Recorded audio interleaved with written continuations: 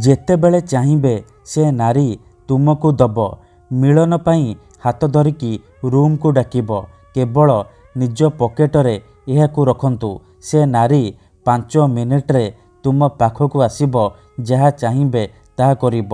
ଯଦି ଆପଣ ସୁନ୍ଦରୀରୁ ସୁନ୍ଦରୀ ଝିଅକୁ ପଟେଇବାକୁ ଚାହୁଁଛନ୍ତି, ପଡ଼ିଶା ଘର ସୁନ୍ଦରୀ ଭାଉଜ ଆଡ଼କୁ ଆକର୍ଷିତ ହେଉଛନ୍ତି, ତାଠାରୁ ମନ ମୁତାବକ କାମ ହାସଲ କରିବାକୁ ଚାହୁଁଛନ୍ତି, ତେବେ ଆଜିର ଏହି ଭିଡ଼ିଓଟି ଆପଣଙ୍କର ଇଚ୍ଛାକୁ ପୂରଣ କରିବ।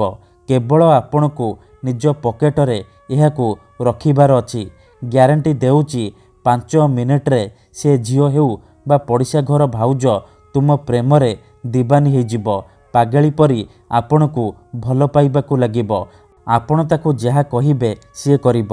ଏହି ବଶୀକରଣ ସାହାଯ୍ୟରେ ହଜାର ହଜାର ଲୋକମାନେ ଲାଭବାନ ହୋଇଛନ୍ତି। ନିଜ ପସନ୍ଦର ସୁନ୍ଦରୀରୁ ସୁନ୍ଦରୀ ଝିଅକୁ ମୁହୂର୍ତ୍ତକ ଭିତରେ ପଟେଇ ପାରିଛନ୍ତି। ତେଣୁ ଆପଣ ବି ମୋ କଥା ମାନି ମାତ୍ର ଗୋଟିଏ ଥର ଏହି ବଶୀକରଣ କରିକି ଦେଖନ୍ତୁ। ନିଜ ପକେଟରେ ଏହି ଜିନିଷ ରଖନ୍ତୁ। ତାପରେ ଦେଖିବେ ଯେଉଁ ଝିଅ ପଟୁନଥିଲା ସେ ଝିଅ ଆପେ ଆପେ ପଟିଯିବ। ନିଜେ ଆସି ଆପଣଙ୍କୁ ଭଲ ପାଉଛି ବୋଲି କହିବ। ଯେଉଁ ବିବାହିତା ନାରୀ ବା ପଡ଼ିଶା ଘର ଭାଉଜକୁ ଆପଣ ଦିନରାତି ଭାବୁଛନ୍ତି, ସିଏ ନିଜେ ଫୋନ୍ କରିବ, ହାତ ଧରିକି ରୁମକୁ ଡାକିବ। ଯାହା ଚାହିଁବେ ତାହା କରିବ। ନମସ୍କାର ଫ୍ରେଣ୍ଡସ୍, ଓଡ଼ିଆ ଫଣ୍ଡା ଚ୍ୟାନେଲକୁ ଆପଣମାନଙ୍କୁ ସ୍ୱାଗତ। ଆଜିର ଏହି ଭିଡ଼ିଓଟିରେ ମୁଁ ଆପଣଙ୍କୁ ଶିଖେଇବି ଆପଣ କିପରି ଘରେ ବସି ବସି ଝିଅ ପଟେଇ ପାରିବେ, ପଡ଼ିଶା ଘର ଭାଉଜକୁ ପଟେଇ ପାରିବେ, ତାଠାରୁ ନିଜର ମନ ମୁତାବକ କାମ ହାସଲ କରିପାରିବେ। ଏହି ବଶୀକରଣ ଦୁନିଆର ସବୁଠାରୁ ଶକ୍ତିଶାଳୀ ବଶୀକରଣ।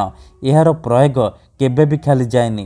ଯିଏ ବି ଏହାକୁ କରିଛି 100ରୁ 100% ସଫଳ ହୋଇଛି। ବର୍ଷ ବର୍ଷ ଧରି ଭାଙ୍ଗି ଯାଇଥିବା ପୁରୁଣା ପ୍ରେମକୁ ଫେରାଇ ଆଣିପାରିଛି। ପଡ଼ିଶା ଘର ସୁନ୍ଦରୀ ଭାଉଜକୁ ପଟେଇ ତାଠାରୁ ନିଜର ମନ ମୁତାବକ କାମ ହାସଲ କରିପାରିଛି। ତେଣୁ ମୋର ଆପଣମାନଙ୍କୁ ଅନୁରୋଧ କି ମନରେ କୌଣସି ଖରାପ ଉଦ୍ଦେଶ୍ୟ କିମ୍ବା କୌଣସି ଖରାପ କାମ ପାଇଁ ଆପଣ ଏହି ବଶୀକରଣ ପ୍ରୟୋଗ କରିବେନି। ଠିକ୍ ଅଛି? କାହିଁକି ନା ଏହି ବଶୀକରଣର କୌଣସି ପ୍ରକାର କାଟ ନାହିଁ। ମାତ୍ର ଥରେ, ହଁ ଫ୍ରେଣ୍ଡସ୍, ମାତ୍ର ଥରେ ଯେଉଁ ଝିଅ ବା ନାରୀ ଉପରେ ଏହି ବଶୀକରଣ ପ୍ରୟୋଗ କରିଦେବେ, ସିଏ ସେହି ସମୟଠାରୁ ଆପଣଙ୍କ ବଶରେ ହୋଇଯିବ। ଆପଣଙ୍କ ପ୍ରେମରେ ଦିବାନୀ ହୋଇଯିବ। ଆପଣଙ୍କର ସବୁ କଥା ମାନିବ। କୌଣସି ପ୍ରକାର ବାଧା ଦେବ ନାହିଁ। କେବଳ ଆପଣଙ୍କୁ ନିଜ ପକେଟରେ ଏହି ଜିନିଷ ରଖିବାର ଅଛି। ତାପରେ ଦେଖିବେ ଚମତ୍କାର। ହଁ ଫ୍ରେଣ୍ଡସ୍, କେତେଥର ଏମିତି ହେଇଥାଏ କି ଆପଣ ଯେଉଁ ଝିଅକୁ ଭଲ ପାଉଛନ୍ତି, ହେଲେ ସେ ଝିଅ ଆପଣଙ୍କୁ ଭଲ ପାଉନି, ଅନ୍ୟ କାହାକୁ ଭଲ ପାଉଛି, ଆଉ ଆପଣ ତା ପଛରେ ଗୋଡ଼େଇ ଗୋଡ଼େଇ ନିଜର ସବୁ ସମୟ ସାରି ସାରିଲେଣି, କିନ୍ତୁ ନିଜ ପସନ୍ଦର ସେ ଝିଅକୁ ପଟେଇ ପାରୁନାହାନ୍ତି। ଯଦି ଆପଣ ବି ଏହିପରି ପରିସ୍ଥିତିରେ ପଡ଼ିଛନ୍ତି, ଯେତେ ଚେଷ୍ଟା କଲେ ମଧ୍ୟ ସେ ଝିଅକୁ ପଟେଇ ପାରୁନାହାନ୍ତି, ତେବେ ମୋ କଥା ମାନି ମାତ୍ର ଥରେ ନିଜ ପକେଟରେ ଏହାକୁ ରଖନ୍ତୁ। ଗ୍ୟାରେଣ୍ଟି ଦେଉଛି ସେ ଝିଅ ଆପଣଙ୍କୁ ଦେଖିବା ମାତ୍ରେ ନିଜେ ଆସି ଆପଣଙ୍କ ସହିତ କଥା ହେବ, ଆପଣଙ୍କୁ ଭଲ ପାଉଛି ବୋଲି କହିବ। ଆପଣଙ୍କ ପ୍ରେମରେ ଏମିତି ଦିବାନୀ ହୋଇଯିବ କି ଆପଣଙ୍କୁ ନ ଦେଖି ରହିପାରିବନି। ଏହି ବଶୀକରଣ ସାହାଯ୍ୟରେ ଆପଣ ଶାଶୁ, ନଣନ୍ଦ, ଦିଅର, ଭାଉଜ କାହାକୁ ବି ନିଜ ବଶରେ କରିପାରିବେ, ତାକୁ ପଟେଇ ପାରିବେ, ତାଠାରୁ ନିଜର ମନ ମୁତାବକ କାମ ହାସଲ କରିପାରିବେ। ତେବେ ଏହି ବଶୀକରଣ ଆପଣ କିପରି କରିବେ, କେମିତି କରିବେ, ଏହାର ପ୍ରୟୋଗ ବିଧି କ'ଣ, ମୁଁ ଆପଣଙ୍କୁ ଶିଖେଇବି। ସମ୍ପୂର୍ଣ୍ଣ ପ୍ରୟୋଗ ବିଧି ମୁଁ ଆପଣଙ୍କୁ ଠିକ୍ ଭାବରେ ଶିଖେଇବି। ଜାଣିବା ପାଇଁ ମୋର ଆପଣମାନଙ୍କୁ ଅନୁରୋଧ କି ଆପଣ ଭିଡ଼ିଓଟିକୁ ମୂଳରୁ ଶେଷ ପର୍ଯ୍ୟନ୍ତ ପୁରା ଧ୍ୟାନ ସହିତ ଦେଖନ୍ତୁ। ତେବେ ଯାଇକି ଆପଣ ସମ୍ପୂର୍ଣ୍ଣ ପ୍ରୟୋଗ ବିଧି ଜାଣିପାରିବେ। ଅଧାରୁ ଛାଡ଼ିକି ପଳେଇଲେ କିମ୍ବା କାଟି କାଟି ଦେଖିଲେ ଆପଣ କିଛି ବି ବୁଝିପାରିବେନି। ପରେ କମେଣ୍ଟ କରିବେ, ଗୁରୁଜୀ ଆପଣଙ୍କର ବଶୀକରଣ କାମ କରୁନି। ଦେଖନ୍ତୁ, ବଶୀକରଣ ବିଧି ଜାଣିବା ପୂର୍ବରୁ ଗୋଟିଏ ଛୋଟିଆ କଥା ଜାଣି ରଖନ୍ତୁ। ବଶୀକରଣ ଏମିତି ସେମିତି କାମ କରେନି। ମନରେ ସମ୍ପୂର୍ଣ୍ଣ ବିଶ୍ୱାସ, ନିଷ୍ଠା ଆଉ ଏକାଗ୍ରତାର ସହିତ ଆପଣଙ୍କୁ ଏହି ବଶୀକରଣ କରିବାକୁ ପଡ଼ିବ। ତେବେ ଯାଇ ମୁଁ ଆପଣଙ୍କୁ ଗ୍ୟାରେଣ୍ଟି ଦେଉଛି ଆପଣ ଯେତେ ସୁନ୍ଦରୀ ଝିଅକୁ ଚାହିଁବେ ପଟେଇ ପାରିବେ, ପଡ଼ିଶା ଘର ସୁନ୍ଦରୀ ଭାଉଜକୁ ପଟେଇ ପାରିବେ, ତାଠାରୁ ନିଜର ମନ ମୁତାବକ କାମ ହାସଲ କରିପାରିବେ। ମନେ ରଖନ୍ତୁ ଏହି ବଶୀକରଣ ବିଧିକୁ ଆପଣ କେଉଁ ବି ବାରରେ କରିପାରିବେ, କିନ୍ତୁ ଯେବେ ବି କରିବେ ସୂର୍ଯ୍ୟାସ୍ତ ପରେ ରାତି ସମୟରେ କରିବେ। ଠିକ୍ ଅଛି। ଏହି ବଶୀକରଣ କରିବା ପାଇଁ ଆପଣଙ୍କୁ କିଛି ସାମଗ୍ରୀ ଦରକାର, ଯେମିତିକି 2ଟା ଲବଙ୍ଗ, ଖଣ୍ଡେ ସାଧା କାଗଜ, ଅଳ୍ପ ଟିକେ ଲାଲ ସିନ୍ଦୁର ଆଉ କଳା ରଙ୍ଗର କଲମ।